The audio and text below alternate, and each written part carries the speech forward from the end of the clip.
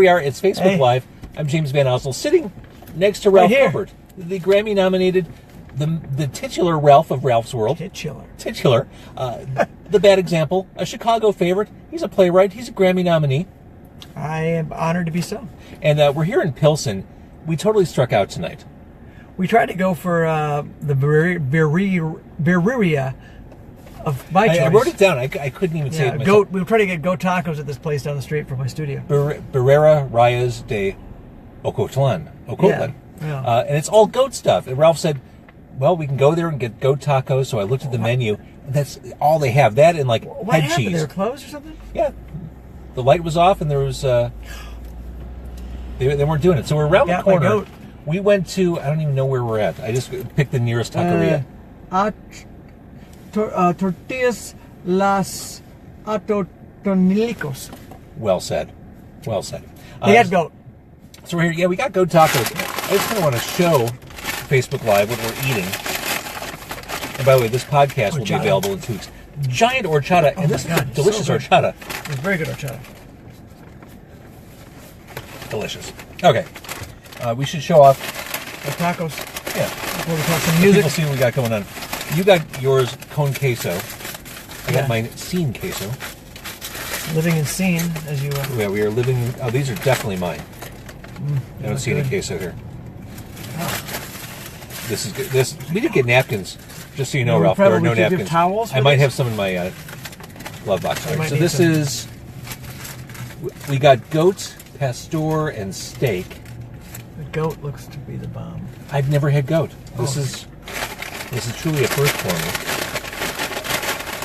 Here are yours, sir. Thank you, my friend. These look delicious. All right, so like I said, this will be available as a podcast in 2 weeks. The goat?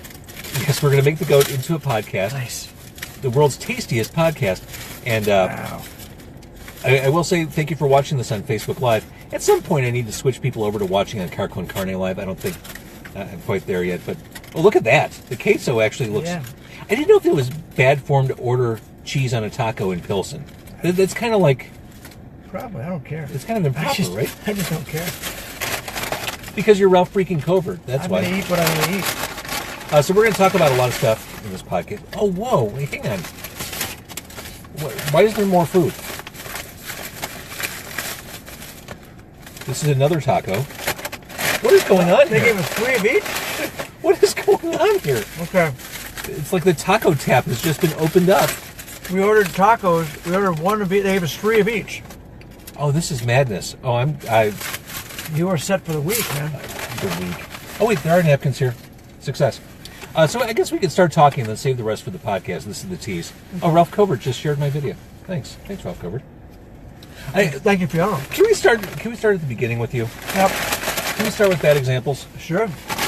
When I was a younger me, fresh out of getting kicked out of college, Bad Examples were really one of the first Chicago bands I became familiar with in that late 80s, early 90s period. Mm-hmm. And my perception of Bad Examples at that time was this was the band. This was the band poised to take over the world. We were the band. So tell me about that time. Well, I only ask questions when you have food in your mouth, by the way. So, yeah. Uh-huh. Those were the days when we're just coming out of the 80s where everybody had, big hair and makeup, and synthesizers. Punk had happened, but it hadn't gone mainstream. I think I just had goat. Oh, the goat is so good. A little weird, but I have, it's not bad. It's a great flavor. Mm-hmm. So the... There's nothing more glamorous or sexy than eating on camera, by the way. True. Mm-hmm. Got Tacos Atonico over there and McDonald's. Why is that place even open? Right. And there's a churro place down there, too. Crazy. Mm-hmm. So, back then, the only way you could make it was to be on a label. Right. And every band, their whole journey was like, how do we get signed? That was it. That was the aspiration of every band. Every band. Let's get a showcase. Let's get some labels. Let's send out our demo tapes. But it struck me even back then that, you sign to a label and they own everything. Right. And you never actually make money because they spend and that just outrageous offended amounts me. of cash on marketing. You need to be stratospheric in sales to ever feel comfortable as an artist monetarily. And so, That's how they get you. well, so even back then, I decided I didn't want to do that. So, from the very beginning, the bad examples, before DIY was a thing, we were DIY. In our first show, we had a cassette for sale at our first show. Because I believe you need to have something to give people, right? Yeah. Something to sell them. Gotta have merch. Gotta have merch. So what I did the first day, I don't know if you know this. The Meat was our first cassette. My first album. MEAT. Yep. It's a play off Meet the Beatles. Yeah. Only Meat, MEAT. So, but what we did, every cassette, I taped a condom on it. Did you really? Yeah. By hand? By hand. That's So expensive. I duped them. I made the tapes myself in my living room. And printed the covers at Kinko's. And they were all magnums that you taped on there. Well, I don't know, whatever was cheapest. But it was it was the 80s, so the AIDS thing had come out, right? But it wasn't. It was still very. You couldn't. People didn't talk about condoms, and you couldn't. You had to go to the drugstore. It was very, very embarrassing.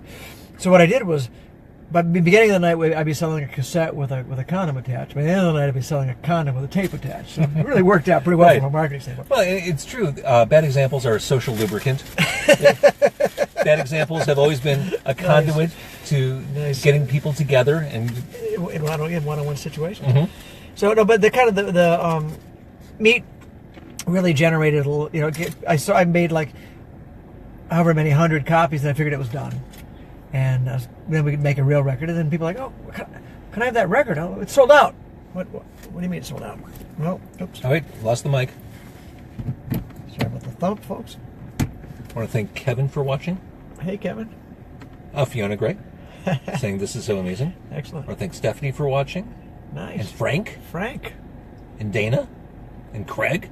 Craig Bechtel. He's not dead yet, so hopefully that food won't kill him. Nice. All right, keep going, sorry. Well, when it came time to make Bad is Beautiful, we kind of realized we needed to take our time to figure out what it was.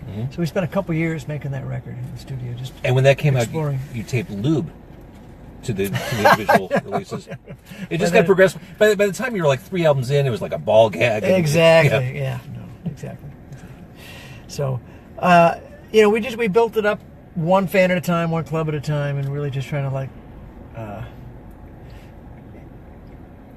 it's a very Midwestern approach. I mean, it was very a blue collar approach to music. It was like, how do we, we didn't want to. How do we do this so that it's real fans, real people? How do we do this so that, for us, it was about connecting with people through the music.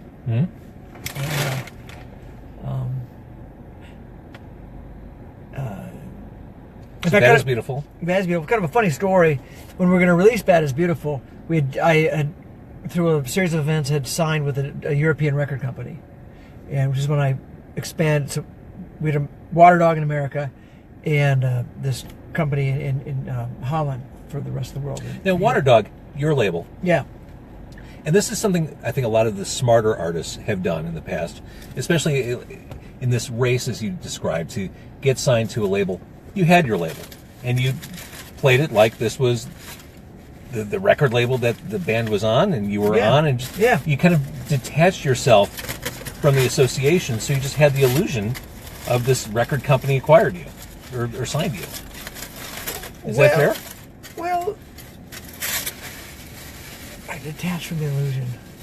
I mean, I don't know. Bad examples were on the label. Okay. But I don't think people back then, especially pre-internet, made the association that it was your record company. Yeah, I suppose.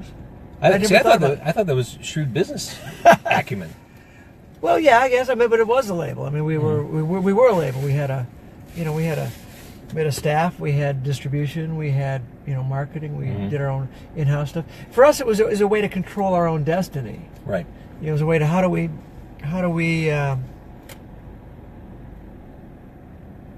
Well, kind of what we were talking about. I don't think Urge Overkill ever made their money back.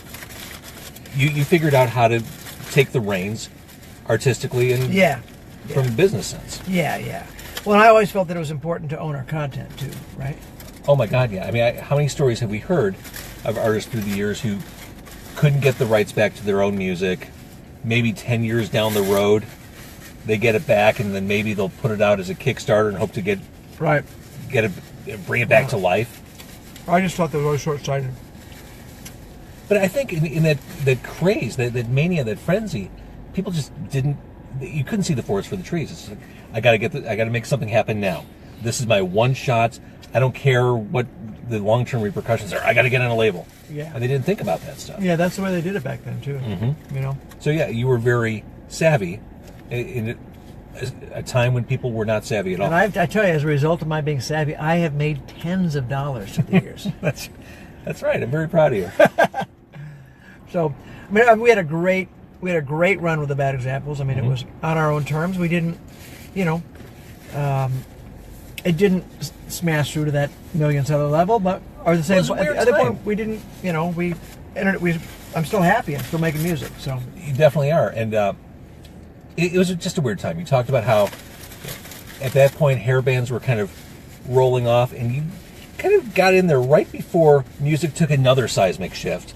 And even when Not Dead Yet came out, I mean, there were rumblings from the Pacific Northwest. You're right. And I think that had some influence on how far you could take Bad Examples at that time.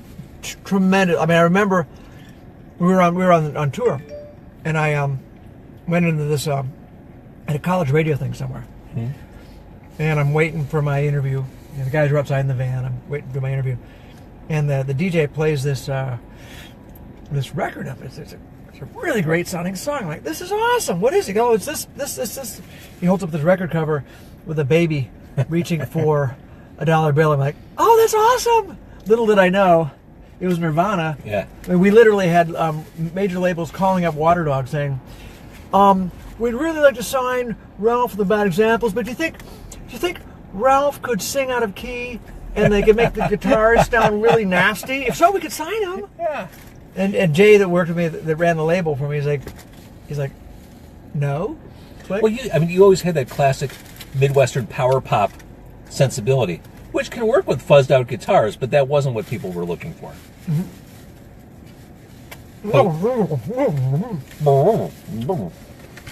it wasn't what we did. I mean, we were writing songs with. I think what we did with the Bad Examples that was really unique was we kind of fused intelligent lyrics, great melodies, and songwriting with kind of a blues pub rock sensibility. Pub rock, that's fair. But we had